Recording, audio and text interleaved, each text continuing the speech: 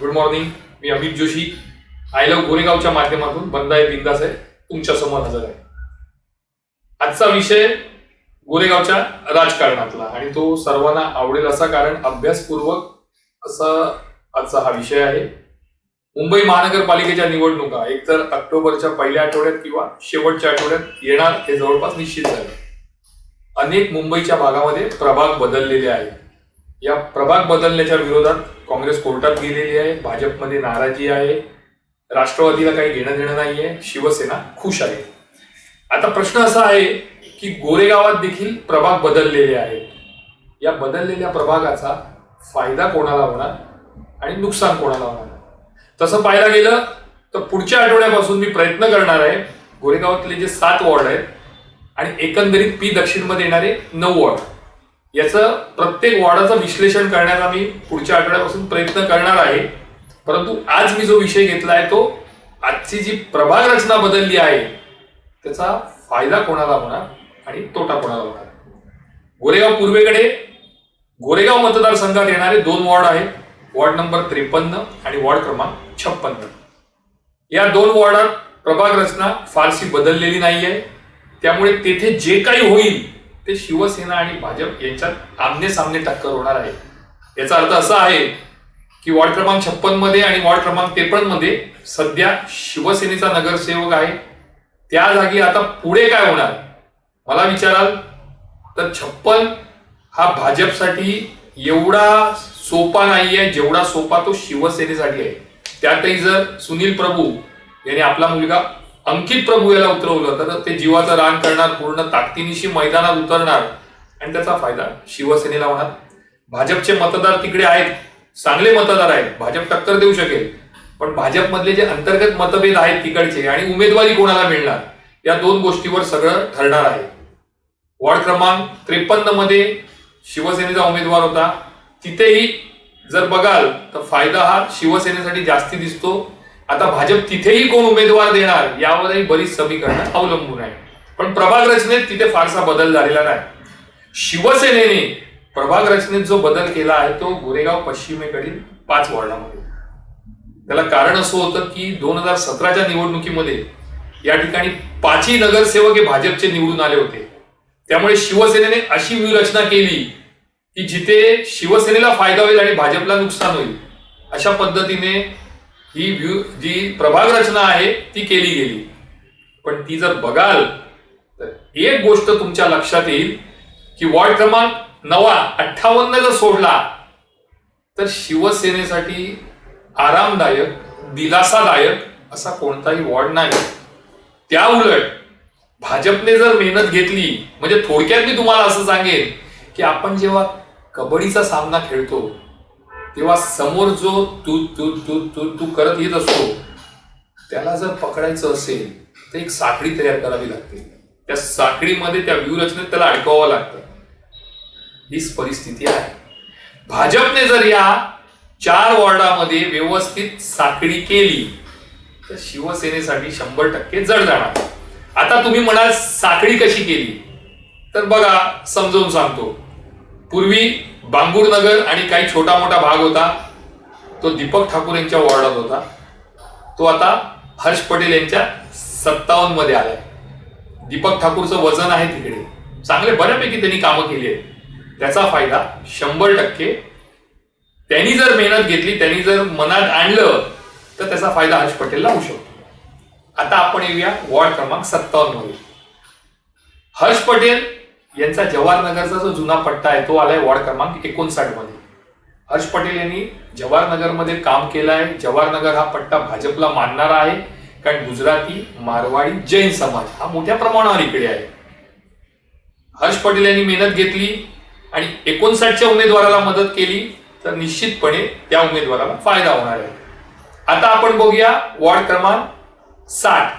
Ward क्रमांक 60चा काही भाग जो आहे तो आलेला आहे वॉर्ड क्रमांक 59 मध्ये. मेहनत घेतली. श्रीकला पिल्ले यांची जी काही मतं आहेत, जी काही 57 मध्ये आली आहेत, काही 59 मध्ये आली आहेत. श्रीकला पिल्लेचं काम आहे, तिने जर मनात आणलं, तिने जर मदत केली तर 59 ही भाजपसाठी थोडा सोपा जाईल. 60 नंबर 60 नंबर मध्ये झोपडपट्टी भाग चांगल्या बऱ्यापैकी आहे, भाजपला मानणारा एक भाग आहे, श्रीकला पिल्लेचं काम आहे. त्या मनाने भाजपचं तिकडे काम असलं तरी शिवसेनेचं इतकं काम नाहीये. शिवसेनेने गेल्या 6 महिन्यात इथे लक्ष घातलेलं आहे. म्हणजे अमोल कीर्तीकर गेल्या 6 महिन्यापासून इथे तळ ठोकून आहेत, विविध उपक्रम घेतात, विविध कार्यक्रम घेतात. या ठिकाणी मनसे फॅक्टर पण आहे. सचिन सोनावणे असो, सुरेंद्र गावडे असो, यांनी लॉकडाऊन मध्ये कामं केली आहे, त्याचा फायदा निश्चितपणे होणार. आता तो किती होईल तो येणारा काळ ठरवेल. त्यानंतर राहिला वॉर्ड क्रमांक 58. वॉर्ड क्रमांक 58 मध्ये असं आहे की शिवसेनेसाठी हा चांगला वॉर्ड आहे. ह्याच्यातही फारसा प्रभाग रचनेमध्ये फारसा बदल झालेला नाहीये, त्यामुळे जो तो वॉर्ड आहे तो फेवरेबल शिवसेनेसाठी आहे. पण शिवसेनेमध्ये अंतर्गत मतभेद आहेत, ते दावेदार मोठे मोठे आहेत. त्याशिवाय ते मेन फॅक्टर जो आहे तो मनसेचा आहे. भूषण फडतरे आणि त्याच्या टीमने बऱ्यापैकी काम केलेलं आहे, बऱ्यापैकी म्हणजे एकदम चांगलं काम केलं आहे आणि मेहनत घेतली, व्यवस्थित रणनीती आखली तर या भागामध्ये शिवसेना विरुद्ध मनसे असा सामना होऊ शकतो आणि भाजप कदाचित 3ऱ्या नंबरवर जाऊ शकेल. प्रभाग रचना जी काही शिवसेनेने केली ती अशी विचार करून केली होती की शिवसेनेला त्याचा फायदा होईल. पण एकंदरीत जर तुम्ही बघाल तर चित्र असंच आहे की पश्चिमेकडे किमान 4 वॉर्डामध्ये शिवसेनेपेक्षा भाजपची स्थिती चांगली आहे. एका वॉर्डात शिवसेनेची स्थिती चांगली आहे, पण तिथे अंतर्गत मतभेद किती येतात, दावेदार किती उभे राहतात, मनसे फॅक्टर किती चालतो याच्यावर सगळं काही अवलंबून आहे. प्रभाग रचना शिवसेनेने त्यांच्या हिशोबाने केली, पण या प्रभाग रचनेचा मला वाटत नाही शिवसेनेला पाहिजे तसा फायदा होईल. हो, काँग्रेस, राष्ट्रवादी, शिवसेना हे 3 पक्ष जर एकत्र लढले तर निश्चितपणे प्रभाग रचना कोणती असो, गोरेगावामध्ये प्रभाग समिती अध्यक्षपद हे शिवसेनेकडे जाणार. परंतु सगळे पक्ष जर स्वबळावर लढले तर या प्रभाग रचनेचा मला वाटत नाही शिवसेनेला इतका फायदा होईल. आता आपण दुसरा टप्पा पाहूया, जो आहे गप्पा टप्पांचा.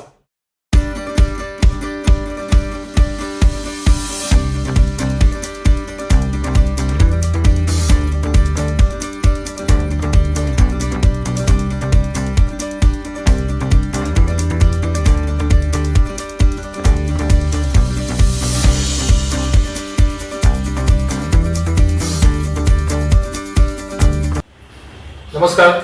आपला आजचा दुसरा गप्पा टप्पा. दरवेळी आपण कोणाला राजकारणी असो, सांस्कृतिक असो, विविध क्षेत्रातील लोकांना आपण बोलवत असतो.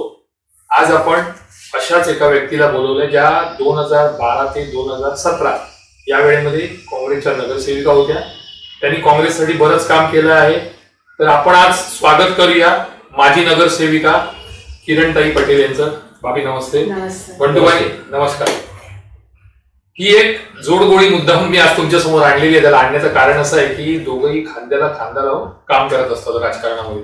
म्हणजे असं नाही की आपली पत्नी नगरसेविका आहे म्हणून आपण काम करायचं नाही, असं नाही. तर तिच्यासोबत सतत राजकारणामध्ये तेही सक्रिय असतात. असे विनय पटेल, त्यांना सर्व गोरेगावात लाडाने म्हणा किंवा प्रेमाने म्हणा बंटू पटेल असं म्हणतात. तर आपण सुरू करूया गप्पा टप्पाचा हा विषय. भाभी नमस्ते. भाभी, सबसे पहले सवाल ये पूछूंगा कि राजनीति में आना कैसा हुआ आपका? पहले तो मैं आपको वृत्त दिनांक में आई लव गोरेगांव में आपने मुझे बुलाया, इसके खूब खूब आभारी हूँ. मैं राजनीति में पहले तो नहीं थी, लेकिन मैं जब छोटी थी तभी मेरे फादर वो गुजराती एजुकेशन सोसाइटी कल्याण में प्रेसिडेंट रहे थे. उसके बाद वो रोटरी में भी काम करते थे. तो फिर उनको मैं समाज सेवा करते देखती थी और हम लोग भी उनके साथ जुड़े रहते थे. तो ऐसे करके थोड़ी रुचि तो मेरे में थी. लेकिन 2007 में मेरे पति इलेक्शन लड़े थे, तो उनमें मैंने उनके साथ काम किया था. और फिर मुझे 2012 में मुझे चांस मिला. तो मुझे ऐसे लगा कि ऐसे तो हम काम करते हैं, लेकिन राजनीति में जाके हम काम करेंगे तो बहुत अच्छे से काम हो सकता है. इसके लिए राजनीति में जुड़े. लेकिन भाभी 2012 में आप चुन के आए. हाँ, अनुभव कैसा रहा वो नगर सेविका, ये जो एक पोस्ट रही थी, उसका अनुभव क्या आपका? बहुत ही अच्छा रहा. मैंने कभी सोचा भी नहीं था कि मैं नगर सेविका बनूंगी. और मुझे समाज में भी इसके बहुत मान मौका मिला और मुझे बहुत ही अच्छा लगा. अच्छा, लेकिन भाभी ये 2012 से 2017 ये जो 5 साल थे, उसमें आपने ऐसे कौन से काम किए जो लोगों के ध्यान में रहे कि नहीं ये किरण पटेल ने काम किया हुआ है? मैंने रोड्स बनाए, गार्डन्स बनाए। गोरेगांव में मेरे वार्ड में 2 ही गार्डन थे, तो मैंने वो गार्डन्स बनाए। बीएमसी स्कूल है जो सिद्धार्थ नगर में, उसको मैंने रिपेयर करवाया और पानी की लाइन जवाहर नगर में लगवाई वहाँ पे। और जो अमृत नगर और राम मंदिर रोड पे, वहाँ पे कभी भी रोड 15 साल में रोड ही नहीं बने थे, तो मेरे कार्यकाल में मैंने रोड बनाए। और राम मंदिर इतना गंदा था, तो मैंने स्वच्छता बोलूंगी तो कितने ट्रक भर भर के वहां से मैंने कचरा निकाला था।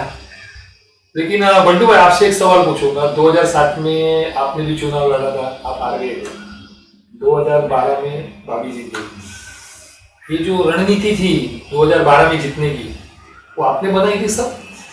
ऐसा है अमित भाई कि जब हम चुनाव लड़ते हैं तो रणनीति तो बनानी पड़ती है। 2007 में जब मैं लड़ा था तब मैं भी एकदम नया था, मतलब उस टाइम पे भी तो एक प्लेटफॉर्म सा तैयार हुआ था राजकारण में कि लोग जानते हुए थे। 2012 में हमने उसी का 2007 का जो मैं चुनाव लड़ा था उसका ही लाभ हमको 2012 में मिला, और उसी के कारण सभी कार्यकर्ताओं ने और सभी पार्टी के पदाधिकारियों ने हमें एकदम दिल से मदद की थी और हम जीते। अच्छा बंटू, 2017 में आपको पराभव देखना पड़ा, हार देखनी पड़ी, कैसा लगा उस समय? क्योंकि मैंने काम किया और हम लोग हार गए थे। वो हार के कोई 2-3 ऐसे कारण थे, जिसमें सबसे पहला कारण ऐसा था कि 2014 के बाद से पूरे भारत में मोदी लहर आई, उसमें एक वो बात थी। और दूसरा 2017 में हमारा जो वार्ड था वो चेंज हो गया था। जहाँ हम नगर सेविका थी किरण पटेल, उसका 70% हिस्सा दूसरे नए वार्ड में आ गया था, तो हमको नया वार्ड मतलब ऑलमोस्ट मिला था, तो शायद उसी वजह से हो सकता है हम हारे होंगे।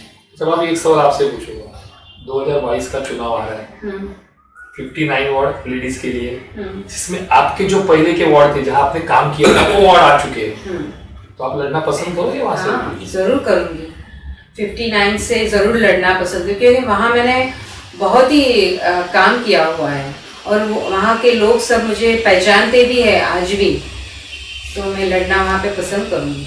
अच्छा, 2 रैपिड सवाल आप दोनों से पूछूंगा। सबसे पहले आपसे पूछूंगा गुरुदास कामत जी, उनके बारे में आपके दिल में क्या है? गुरुदास कामत जी, गुरुदास कामत जी एक ऐसे व्यक्ति महत्व थे कि जिनकी तोल में कोई राजकारणी आ नहीं सकता था।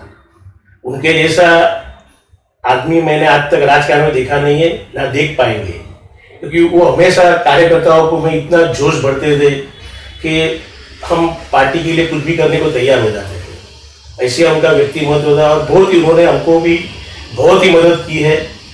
और हम पार्टी में जब रहे तभी हमेशा हमारा साथ दिया है और हमेशा हमें आगे बढ़ाने की कोशिश की है। अच्छा भाभी, आपसे एक सवाल पूछूंगा। 1.5 साल से भाई जगताप मुंबई अध्यक्ष है, एज ए मुंबई अध्यक्ष आपको भाई जगताप का काम कैसे लगा? अच्छा लगा, वो अच्छा कर रहे हैं काम, सबको साथ लेके चल रहे हैं, महिलाओं को भी ले रहे हैं और बेसिक भी सबको साथ में लेके चल रहे हैं, और जोश सब में आ गया है काम करने का। अच्छा, अब एक सवाल थोड़ा टेढ़ा। मनोज यादव यहाँ पे काम कर रहा है, अच्छा आपके वो हमेशा बोलता है कि आपके गाइडेंस में वो काम करता है घर में, तो उसने जो काम किया है तो आपको लगता है उसका फायदा आपको होगा? हाँ, जरूर होगा। वो पहले से, मैं जब भी कॉर्पोरेटर बनी तभी से वो मेरे साथ में काम कर रहा है। उन्होंने हमारा काम भी देखा और फिर वो बहुत ही अच्छी तरह से हमसे भी बहुत बेहतर काम कर रहा है और वो मुझे सपोर्ट करेगा। अच्छा बंधु भाई, आपसे एक सवाल पूछूंगा। अगर जनता आप पे भरोसा रखती है 2022 में आप चुन के आते हो, तो कुछ ऐसा दिमाग में प्लानिंग है कि नहीं मुझे ये लोगों के लिए ये काम करना है उनसठ में? ऐसा है अमित भाई कि ये वोट की हम काफ़ी सारी जानकारी रखते हैं कि यहाँ कौन से काम में क्या अटके हुए काम है। तो 2012 के बाद से हमने वो काम किए थे, तो आज भी हमको वो बात का ज़रा नहीं, इसलिए हम पहले सबसे पहला हमेशा जो जनता की सुविधा के लिए, बेहतर सुविधा के लिए जो भी कार्य हमें करना है हम जरूर करेंगे। अच्छा, एक सवाल थोड़ा सा अलग पूछूंगा। भाभी इलेक्शन लड़ती है, चुन के भी आई हुई है, अभी उनसठ में लेडीज वार्ड लड़ेगी, आपको कभी ऐसा नहीं लगा मन में कि नहीं वाइफ आगे जा रही है और मैं पीछे थोड़ा सा हूँ करके? नहीं, ऐसा कुछ नहीं अमित भाई, ये राजकारण में हम साथ साथ काम कर रहे हैं और मैंने कभी भी महसूस नहीं किया कि वो आगे जा रही है मैं पीछे हूँ।